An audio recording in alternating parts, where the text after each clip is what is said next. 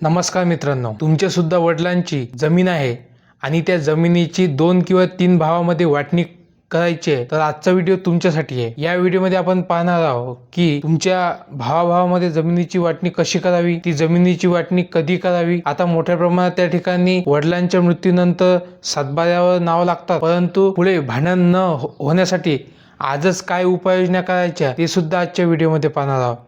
तो व्हिडिओ पूर्ण पहा। चॅनलवर नवीन असाल तर चॅनलला कृपया सबस्क्राईब करून घ्या। चला तर पाहूया भावाभावांमध्ये वाटणी कशा प्रकारची करायची आणि पुढील भांडणे टाळण्यासाठी आजच कोणत्या उपाययोजना करायच्या।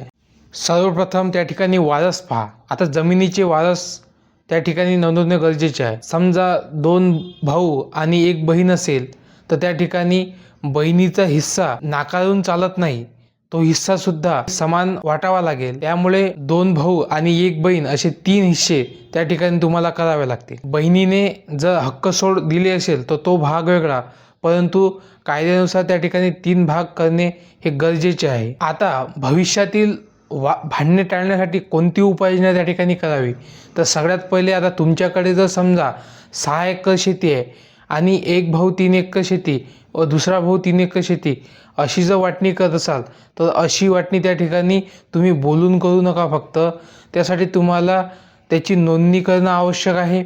तुम्हाला सब रजिस्टर्ड ऑफिसला जाऊन अशा प्रकारची नोंदणी करणं गरजेचे आहे आणि पूर्वेकडील भाग कोणाचा, पश्चिमेकडील भाग कोणाचा किंवा उत्तर दक्षिणेकडील भाग कोणाचा हे सगळे भाग त्या वाटणीपत्रात नमूद असणे गरजेचे आहे। यामुळे त्या ठिकाणी भविष्यात जे भांडणे होणार आहेत किंवा भांडणे होतील हे टाळणे शक्य होईल। त्याच्यामुळे वाटणीपत्र हे त्या ठिकाणी नोंदणीकृत वाटणीपत्र त्या ठिकाणी सब रजिस्ट्रेशन ऑफिसला जाऊन करणे गरजेचे आहे। तोंडी बोलून त्या ठिकाणी वाटणीपत्र होत नाही। आता यानंतर सगळ्यात महत्त्वाची गोष्ट म्हणजे की तुमची रजिस्ट्रेशन ऑफिसला नोंदणी झाल्यानंतर तुमची जमीन मोजून घ्या। जमीन मोजल्याचा फायदा असा होतो की तुमच्या ज्या सीमा आहेत ह्या अधिक स्पष्ट होतात आणि त्या ठिकाणी मोजणी करण्याचा अजून एक फायदा म्हणजे की त्या ठिकाणी इथून रस्ता आहे, इथून बांध आहे, इथून पहिल्या भावाची शेती आहे आणि इथून दुसऱ्या भावाची शेती आहे, हे सगळं त्या ठिकाणी मोजणीमध्ये तुमचं स्पष्ट होऊन जाते। त्याच्यामुळं रजिस्टर ऑफिसचं काम झाल्यानंतर तुम्ही त्या ठिकाणी अधिकृत शासकीय मोजणी लावून तुमची त्या ठिकाणी जमीन मोजा आणि हे सगळ्या गोष्टी एकदाच्या क्लिअर करून घ्या, जेणेकरून तुमचे पुढे त्या ठिकाणी वाद होणार नाही। आता जमीन मोजणी झाल्यानंतर आणि सब रजिस्टर ऑफिसचं काम झाल्यानंतर त्या ठिकाणी तुम्हाला आता फेरफार नोंदणी करावी लागेल।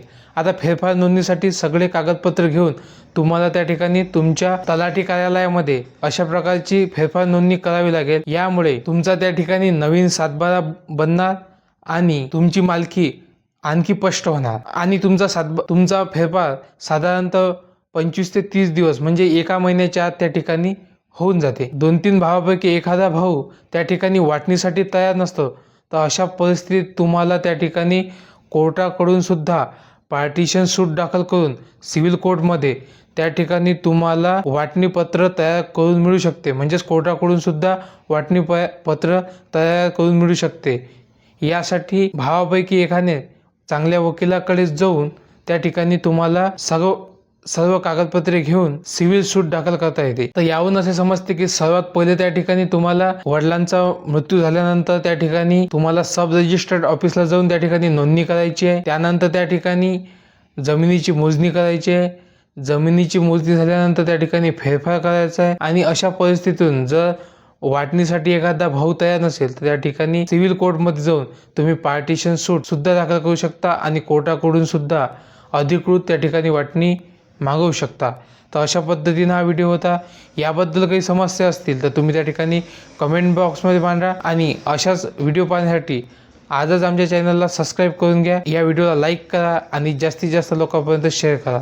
धन्यवाद।